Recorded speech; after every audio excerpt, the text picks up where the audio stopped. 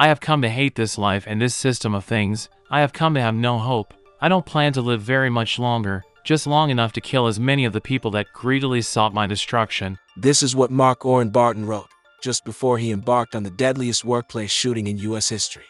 This is the unique and utterly shocking timeline of the office killer. Atlanta police, there's a shooting at 3500 Piedmont Road on the 3rd floor, suite 300.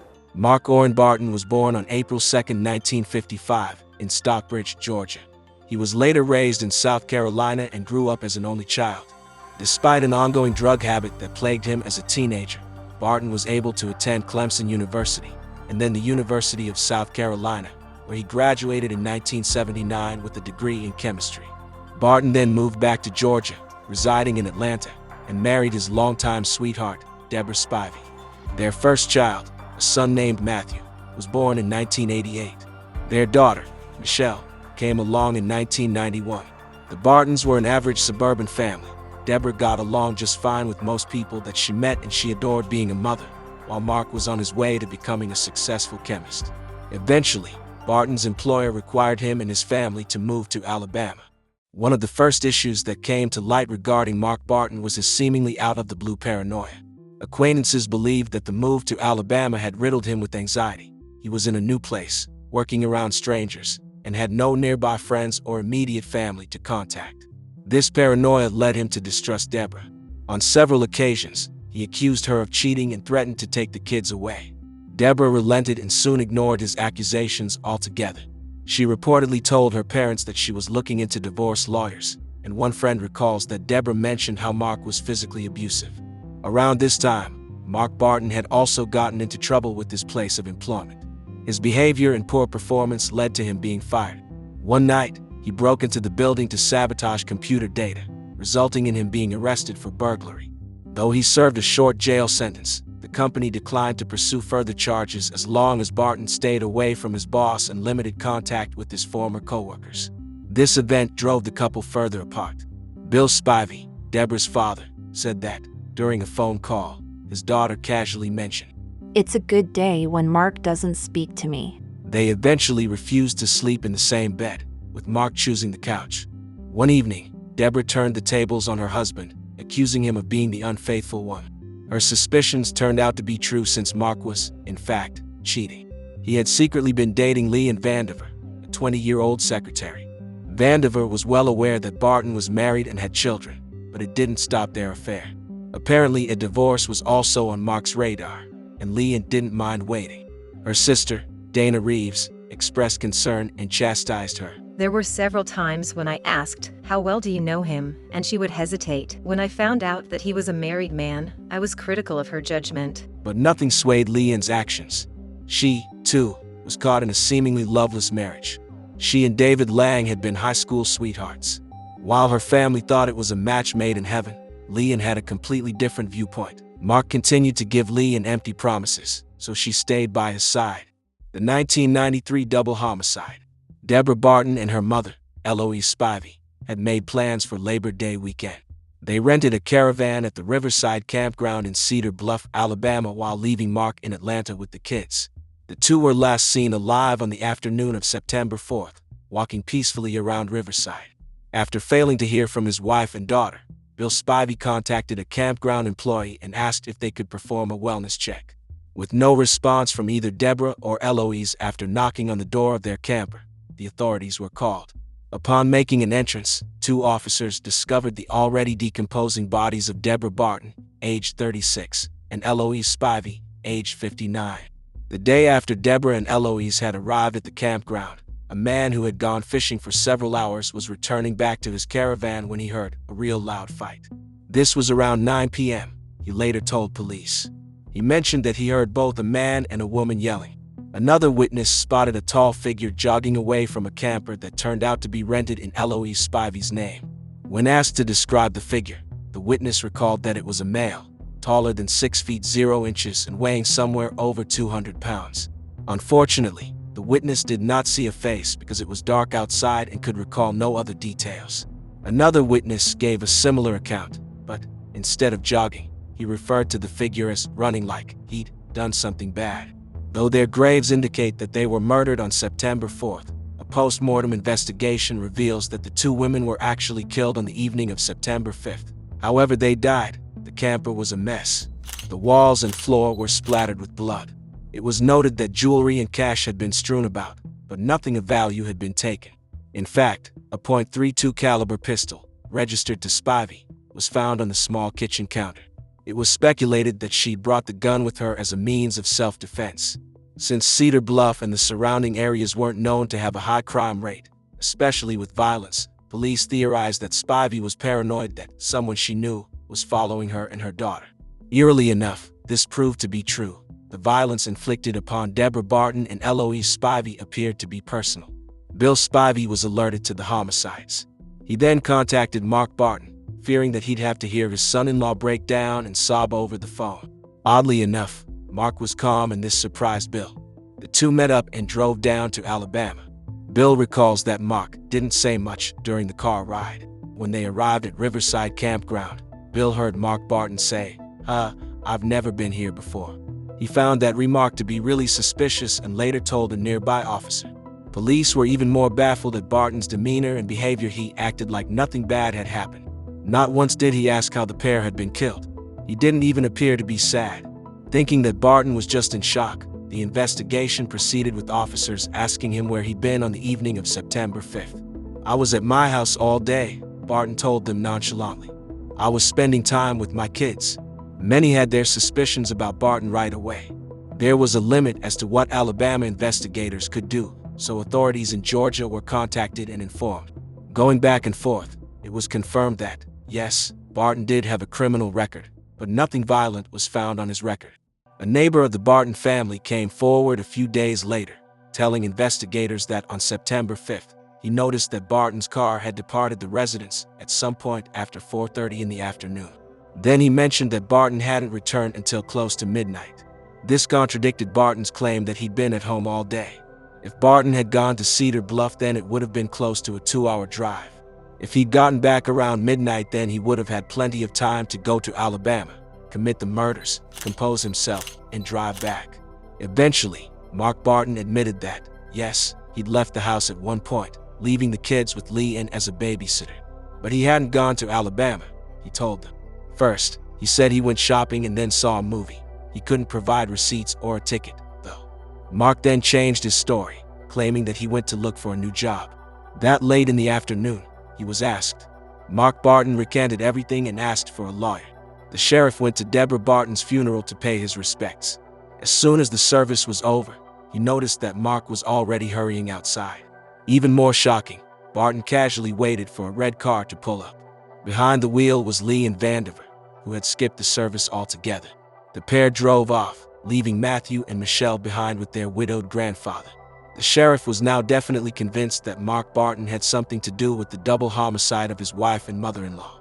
Mark Barton was never charged due to a lack of evidence, but officers had no doubt he was involved. Mark Barton and Lee and Vandiver got married in 1995. Bill Spivey was repulsed and reportedly tried to get custody of his grandchildren, fearing that the worst was yet to come. But Mark was granted sole custody because he was their biological father and did all he could to cut Debra's surviving family members out of the picture. Even more so, Mark's own parents were given limited access to Matthew and Michelle. "After the murders, I barely saw those kids," Bill Spivey once recalled. "I was lucky enough to visit them for their birthdays, but it still wasn't much. Mark didn't like having me around because he knew I thought he was guilty." As the investigation proceeded, it was revealed that Mark Barton had taken out a $600,000 life insurance policy on Debra just a few weeks before she was killed. Of course, as big as this revelation was, it wouldn't have been enough to charge Barton and go to trial. Mark and Leanne took the kids and moved into an apartment in Stockbridge while investigators did all they could to try and connect Barton to the crime scene. Debra had sustained self-defense wounds, but there was no DNA of the killer underneath her fingernails. The only thing they had that potentially pointed to the killer's identity was vomit that had been discovered in the camper's toilet. This led to numerous theories, one of which being that Barton had thrown up after brutally killing his two family members. In 1994, Barton earned close to $600,000 from Debra's life insurance policy. From what we know, Mark Barton used the money he earned from Debra's life insurance policy to start his career in day trading. To simply put it, Day trading was a way to check out the stocks and invest in them. It was a quick way to make cash, but it was extremely risky. In 1998, Barton began day trading at Momentum Securities. It was one of the 11 companies located at the 2 Securities Center in Buckhead. Almost every day, Barton would drive from Stockbridge to Atlanta to invest in various stocks. On his best days, when he made tons of money, Barton was nicknamed Rocket or dubbed the Rocket Man due to his positive attitude and high energy. The first few weeks were promising for the former chemist. However, Barton didn't heed the warnings that he could lose money just as fast as he made it if he wasn't careful.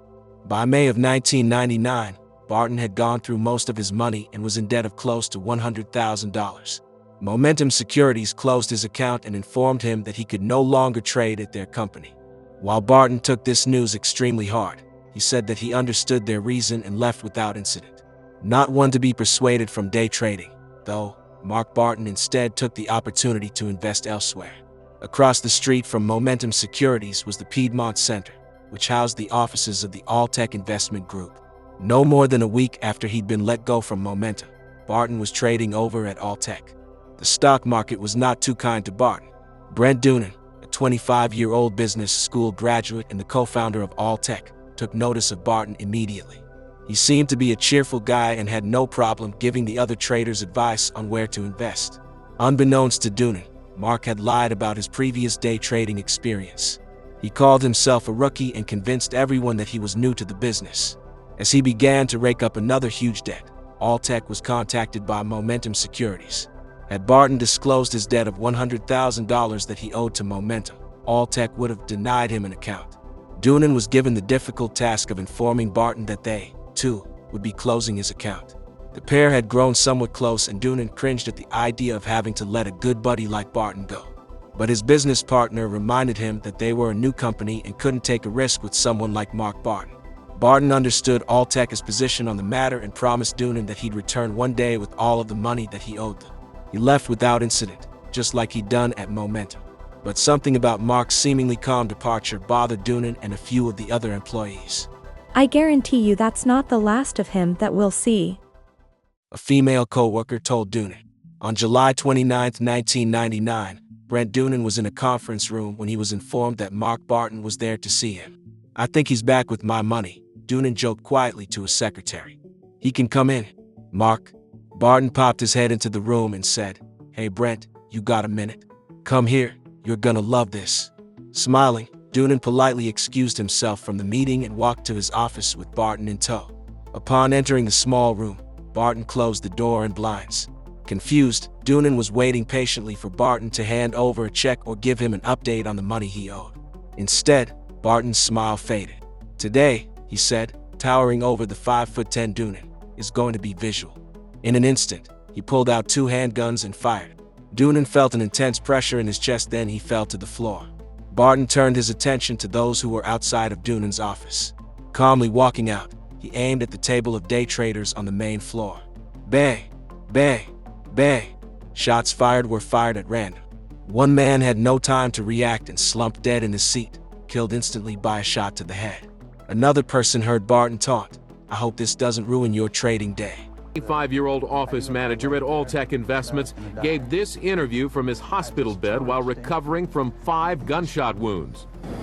And Mark had came past the conference room. He came back once and, he said, come here. And so I said, hold on a minute. And he gave me that smile like he always does. Come here. Taking aim at trader Nell Jones, Barton was caught off guard by Doonan attempting to tackle him. The bullet missed Jones and wound up shattering her computer screen. Doonan's act of bravery gave numerous people time to flee, but the larger man overpowered him, firing rapidly towards Doonan's body. The 25-year-old was struck an additional 3 times, but he managed to stagger down a hallway as Barton turned to shoot someone else. As Doonan and others ran for their lives, 911 calls came flooding in, but not from All-Tech. Unbeknownst to many, Barton had already opened fire elsewhere. A few minutes before he walked over to the Piedmont Center, Barton had gone to Momentum Securities to look for the office managers. One of them was on vacation, but the other manager, Kevin Dial, wasn't so lucky. After attempting to speak with Barton, Dial was killed by numerous shots to the chest at close range. Before he left Momentum, Barton killed 4 people and wounded several others. As he headed towards Alltech, a civilian walked by and noticed the red blood droplets on Barton's legs and shorts. The civilian would later admit that he thought Barton had just finished painting something. A few hours later, police received a lead that Mark Barton was in Ackworth. After failing to take a teenage girl hostage, Barton veered onto the highway, where a patrolman spotted him driving erratically. Within minutes, his vehicle was cornered at a Shell gas station.